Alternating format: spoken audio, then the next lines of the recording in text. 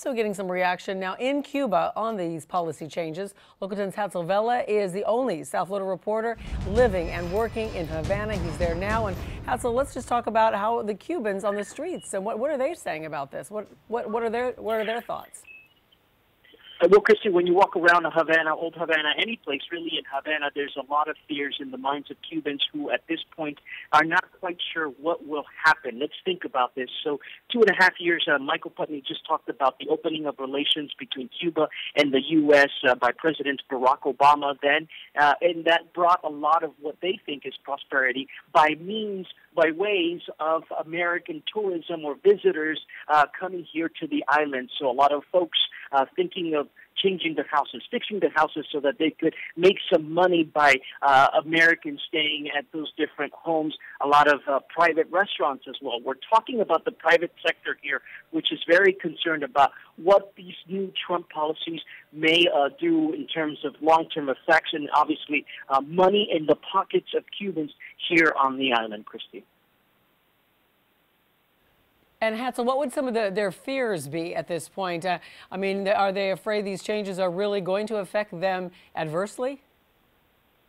That is exactly what the fear is. The fear is that, as Michael pointed out, that if you have fewer people traveling to Cuba, fewer visitors from America, that is less money that goes into their pocket. At this point, this private sector, it is a very small but very growing sector, and that they feel that keeping folks away from Cuba might affect their pocket in the end. There's a lot of private folks, a lot of private business folks opening up new restaurants, opening up new Airbnbs. Remember, the president might limit exchange with the Cuban government, but what they fear is that those limits might prevent regular Americans from coming to Cuba and connecting and spending money with the private sector, which is right now, you could argue, kind of delicate in a sense because it's just starting to grow. Remember, it was Raul Castro, when he became president, that sort of loosened up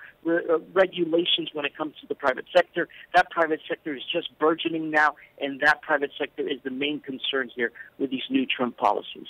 Okay, very good. Well, we will definitely be checking back with you throughout the afternoon, so stand by. Thank you so much, Hatzel Vela, the only reporter from South Florida in Havana, living and working there right now. And let's take you back now to some live pictures back here in South Florida. Manuel Artemi Theater, we were going to go there, I believe, but President Trump will be making his speech announcing those Cuban policy changes very soon. There you see the theater packed and very boisterous crowd there. You could hear them singing behind Michael Putney as he was speaking to us just a few moments ago.